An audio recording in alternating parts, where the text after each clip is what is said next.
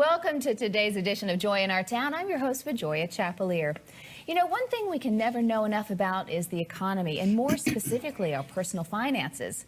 What are the secrets to prosperity? Well, certified financial planner and author Dr. Donald Reed has traveled internationally to tell the world, and now he's here with us today to share some much-needed financial information and advice. Welcome, Dr. Reed. Thank you very much for having me on TBN, Trinity Broadcasting Network. It is a pleasure. So let's jump right in. We're going to talk about, financial freedom and talking about learning more about finances and getting more advice. Specifically, let's first talk about what the problem is. You know, how the changing economy in not just the nation, but in New York City has impacted people. The change in economy comes down to two words, old and new. The old technology, or the old way of doing things, and the new technology, the new way of doing things. And so what we have discovered is that the traditional jobs in the old job market with the old technology basically is on its way out, replaced by the new technology that has come aboard. And in addition to which, many of the jobs that we had here in the United States have gone overseas. That has just made the issue that much more complicated.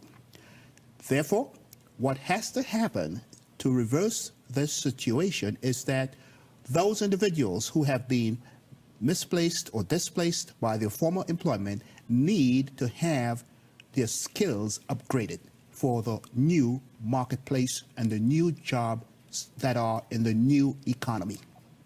So how does one, let's say, without the resources to, let's say, go back to a four-year university, or maybe someone who's a little bit older who feels like they've been aged out of the job market because of the new technological advances you've been talking about, what are they to do? Well, that's a great question. There are alternatives, meaning to say, traditionally, someone has gone to the quote-unquote classroom. Now you can do much of your training and acquire the skills you need online. This way, you do not disrupt your career path or the convenience of doing this, but also reduce the cost. There is a way. Where there is a will, there's always a way. There is, isn't there? Most certainly. Okay, so New York's economy, it definitely has changed. What kind of trends have you seen? The trends I've seen is this. For starters, with the 2008 economic crisis, the word was out that New York would have been devastated because the economy is financial services driven. Now, we have weathered that storm because there is a new segment of the market that has been created, which is the high technology startup community. They have generated economic activity and new jobs, which is a gain. So that there have been losses, but there have also been gains. And in the scheme of things, to some extent, the gains have neutralized the losses that we have suffered. And in addition to that, let's remember, we experienced 9/11, 2001. There was also great doubt about what the recovery would look like, if any recovery at all. We did recover. Why? New York City is a very resilient town. And so this time around, we have the experience of having recovered from prior crises to be able to draw upon. Okay, so let's talk about personal finances, because when the economy suffers on a larger scale, of course, the economy changes for individuals. What are some things that people can do to try to keep up with what's happening in New York's economy? That is a great question, and there is a very simple answer to that. Whether the economy is good, bad, or indifferent, any prudent person needs to do some very basic steps. Financial planning 101. Earn more than you spend. Spend less than you earn. It is simple, isn't it? And save the difference. Right. For retirement, for a rainy day, for emergencies, and so forth and so on. And I can do some... yes, please give us an example. An example. Well, for example, basic again. Whenever our outflows exceed our inflows, our upkeep will be our downfall. Yes, the numbers do have to add up, don't they? The You can't numbers give must what add. you don't have. Okay, so well, let's talk about someone who might be, well, for lack of a better term, underwater, you know, with the housing market being what it is. You know, a lot of people have struggled with that too. For people who are already so deep in debt, whether it's because of student loans, whether it's because of credit card debt, what are some things that they can do? Because maybe they aren't making more than their bills are at the moment. So where do they start to dig themselves out of that financial hole? That is a great question, and I would respectfully respond. If someone is in that situation, it's recommended that they immediately seek professional assistance. Because if they have tried on their own to achieve the financial balance, stability that they wanted, and in spite of that, they have experienced adverse situations in their finances, clearly it means that they need assistance, because to continue to do the same things that we've done and expect to get different results is highly inappropriate. I think the definition of that is insanity. Thank you very much. It is, isn't it? It is. But there's one other thing I needed to add to that, Please. which is very important, which is a thread that goes through this entire conversation. Certified financial planners. There is, statistics tell us, 70,000 certified financial planners in the United States. With a population of about 300 million Americans, it means that there's only one certified financial planner per 4,000 citizens. Compare those statistics with the medical profession. There are approximately 800,000 to 1 million medical doctors in the country, which means that there is about one medical practitioner for every 400 to 500 citizens. That said, it means that it's 10 times more difficult to obtain the services of a certified financial planner than it is a medical practitioner. And so the big need is not only for the citizens to do what's appropriate, but also for the country as a whole to be able to produce en masse certified financial planners to get the job done. Okay, so we definitely know now that regardless of how much money you do or don't have, you need to seek the advice of a professional. So how do you know if you're talking to the right certified financial planner, someone who can find a good solution for you? Okay, let me just back up a second. There are many people who call themselves, quote unquote, financial advisors. That's not what I'm speaking about. I'm speaking about a certified financial planner, which is someone who has passed a rigorous academic examination over a period of 2 days and integrity requirements before they become certified financial planner. That is to ensure that the public gets the best and not second best professional services. That is critical and very important. Now, having said that, one can go to the website of the Certified Financial Planners, Board of Certified Financial Planners, and there are the list of all the financial planners by region, and therein you can find someone that's close to your location. Okay, so do a few minutes work online and you can find someone who could possibly help change your life. That is the answer. Okay, well, let's talk to people who might be in severe financial trouble, or maybe they are not sure what kind of shape they're in, and I'm not sure which is worse. How can someone go about finding out about their credit score, their credit report, and if they do find that there are problems, what can they do to start repairing this? There are some nonprofit credit counseling agencies that are listed in the yellow pages, and anyone can access those counseling services. And I want to say, and I want to emphasize, get help. It's not a sin to be in financial difficulties. Things happen. Loss of job, illnesses, loss of pension, loss of business, whatever, by whatever name it goes. Things happen. So it's not a sin. It's just a human experience. But what is a sin, were there to be a sin, was to be in this situation and not seek professional help. Right. So where does one start when you want to find out more about your credit rating, your credit report? go to the yellow pages, look for professional credit counselors that are certified by the government, and that's where you start. I emphasize that over and over again because to do what we have done in the past, we are not going to get different results. And we have, worldwide, there is some great fear of seeking help with your finances. There's nothing to be afraid about. It's just natural in this worldwide economy. So it's time to reach out and start doing something new. Well, what about the person who knows that their credit is in trouble? Is there anything that they can do to start repairing their credit? Yes, they need to start from their financial plan, which is to say that they have to monitor their expenses and monitor their income on an ongoing basis. It calls for a new way of managing their money in this new economy. We have to admit that the old way of doing business has changed, and there has to be a new approach, a professional approach, in order that we can be financially secure and move forward and not backward.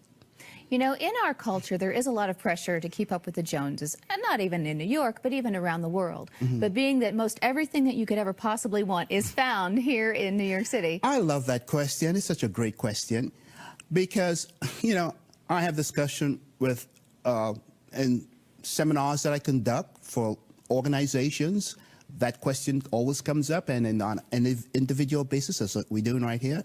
And I say, look, you know, all the professionalism and the fancy words and the fancy everything aside, we human beings, some of us, get into difficulties because we try to impress people who do not know us, number one, or may know us and do not like us, number two, and who may not care either way.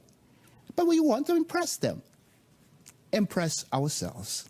Isn't that funny about us? And then we want what we can't have just by virtue of we can't have it.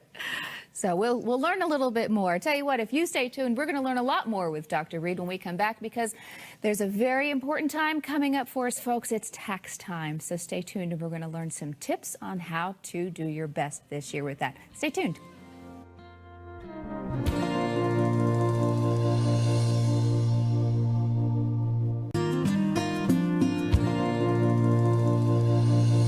Okay, we're back with Dr. Donald Reed to discuss the all-important topic that we all have to face, taxes. We're going to tap into his economic expertise for our remaining time today.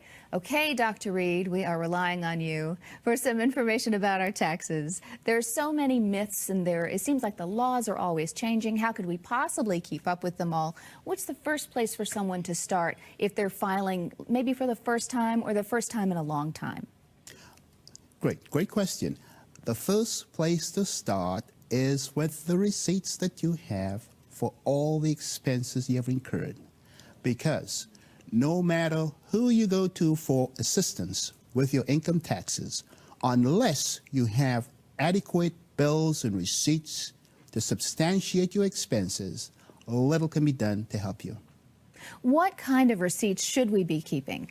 All receipts are relevant because even though they are not directly related, they may be indirectly related.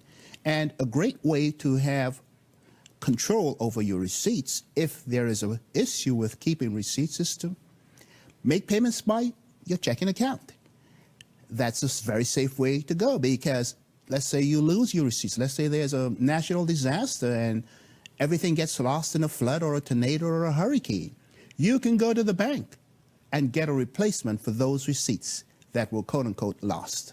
So receipts, alternative method, your checking account, and debit card statements, which is connected with that, but do have a record. So you feel like this is something we should be organizing monthly or weekly? Because our life is it's so fast-paced here. Yes. You know, when do we make a plan to do this? What could be a good plan for us? Today. Start immediately. Immediately, yes. There's no such thing as a bad plan.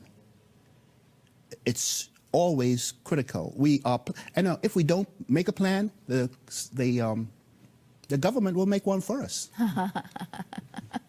So one way or another, One way or the other, will get it. We'll get the job done. It's preferably if it's done on our terms. And also keep a record of any income that you may have had, because that is critical as well. Because there are many entrepreneurs and self-employed folks, especially in the arts here in New York, and contractors even in the financial industry and things like that. What is recommended is that once you get a payment, you make a photocopy of that, and that will be an alternative form of record keeping in the unlikelihood that you do or cannot locate the well, and there are many smartphone apps, and there are many ways online that you can find. You can do a little Google search and find something that suits you. Yes. How long should we keep our tax records? I recommend that you keep it as long as possible. Absolutely. There is a lot of conversation about you can keep it for 3 years or 7 years or what have you. But you know what? If you are in a situation where you have a house that you purchased 30 years ago and you need to sell that house, you can't say, well, the law only requires me to keep the receipts for 3 years or 7 years. You need the receipts from the date of purchase in order to justify the original cost of the home, whatever expenses you had of improving it, so that you can have an adequate documentation when you sell or dispose of that property.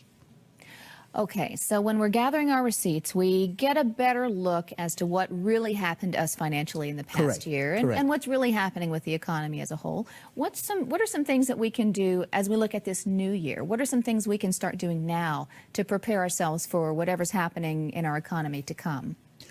You can take the cue from those who have been successful in managing their affairs. And now that's maybe a short answer, but the long and short of it is that if you have good record keeping, then that is not only for taxation purposes, but also for financial planning purposes. You would want to know, can I afford a home? Can I afford an automobile? By having these records, you will have a clear picture of where you are financially and where you're going, income tax aside. Very good. That way we can gauge where we have been and what we can do. Yes. Okay, now you're about to give us some wonderful information. This is a question I've been waiting for you to answer. Yes. How do we use income tax laws to start a business or become our own boss? Oh, that's such an easy question. Love an easy answer. I know an easy answer. You know, the income tax laws are designed to encourage individuals to become entrepreneurs. And that's exactly why the expenses you have with regard to your business is deductible against the income that you've earned in that business. That's a privilege that no one else enjoys. If you are an employee and you have expenses or losses, personal, they are not deductible from your personal income. Okay.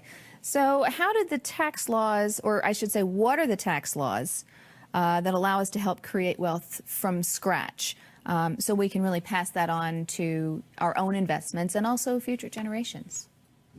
That answer can be given in one word: legacy.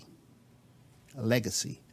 When we establish a business, I would want to say in the likely event that we die, but we all die, whenever that point in time comes that we either retire from the business or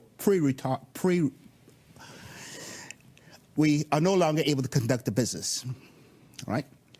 The business can be passed on to our next of kin.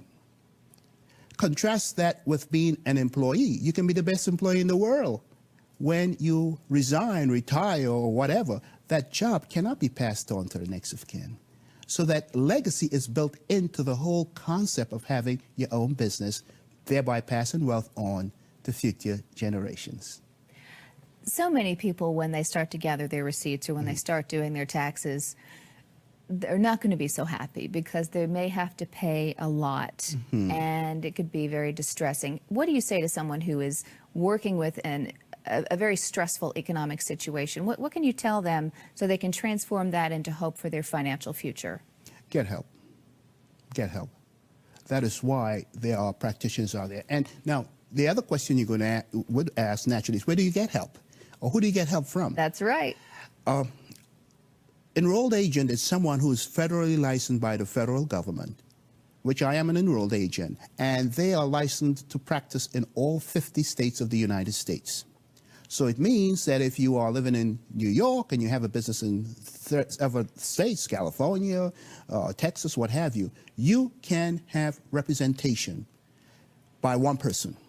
And that has to be contrasted with, let's say, a certified public accountant. Certified public accountants are licensed in the state in which they practice, so that they would have to get 3 other licenses in 3 other states. And so that is your first point of contact in order to get the professional help you need to not only resolve the issues in the state in which you reside, but in other states of the union.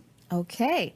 In all of your practice, you've worked with so many people in different financial states. Yeah. What are some of the secrets that you see that the wealthy use that you could share with the rest of us? Well, easy question. Well, I guess the answer is always easy if you know the question is always easy if you know the answer. If I knew the answer, I wouldn't Exactly. have to ask it. And Yeah. I'm sure our viewers, would like to know as well. If you observe the rich, well, let me put it this way. If the 10 richest people in the world died tomorrow morning, no wealth will leave the planet. And so one of the secrets, I should say secret, is that there is an abundance of resources. There's no shortage on the planet. It's all here, and whatever is here is going to continue to be here ad infinitum. So that to think or to entertain a thought that there's not enough is not a direction you want to go. And if you do still have concern about it, well, I recommend that you just read my books, because all the answers, the truth be told, that I've given in this interview are scripted right out of excerpts from the books that I've written. Okay. Well, why don't you share some of those principles with us? Well, another principle that I've written about, and it's a quote-unquote secret of the wealthy, is multiple streams of income, multiple streams of flows of income, which is to say simply this: do not place all your eggs in one basket, because if that basket falls, it's going to be all over. And so we find what has happened is that many people have lost everything they had because they invested all their money in real estate and the market went down, or they invested all their money with a particular broker and that broker is no longer in business and their money's gone. That is not the way you want to go. Diversification, diversification, diversification. There's a false sense of security if we do all our business with one source. Not so. You've got to have a diversified portfolio. Okay, so you're saying that we should not only invest with different people or invest in different streams, but what are some things that people can do to create additional revenue? The things that they can do to create additional revenue is very simple. This: find a need and fill it. End of story. There are so many needs. For example, the reason why I became a certified financial planner is because I woke up one morning and I discovered that I had lost the business that I started. I had lost the income I invested in it. I had lost my pension. I mean, the list of losses just went on and on and on. And for me to have continued to do what I did that got me into that situation would have been inappropriate. So what did I do? I didn't cry. I didn't blame the world. I didn't even blame myself. I went back to school and learned and got the knowledge that would avoid me having to experience that situation in the future, going forward. Long story short, that led me into the path to becoming a certified financial planner. And this is why I can speak not only from a position of knowledge, but from a position of experience of having been there, done that, and I'm here to tell the story. That's right. You came out the other side, didn't you? I certainly did, and you can too. Excellent, and we hope that it can encourage all of our viewers that they can as well. Look, the excerpts, there are some excerpts from the book that you can read online on my website, and information is there. The information is available. Okay, and as you said, knowledge is power. Knowledge is right there. Dr. Reed has put it together for you in all of his books. And so we hope that you will consider your own personal financial responsibility and turn your despair or your distress into hope for your future. Thank you so much for watching today's Joy in Our Town. I'm Vijoya Chapelier. We'll see you next time. Thank you, Dr. Reed.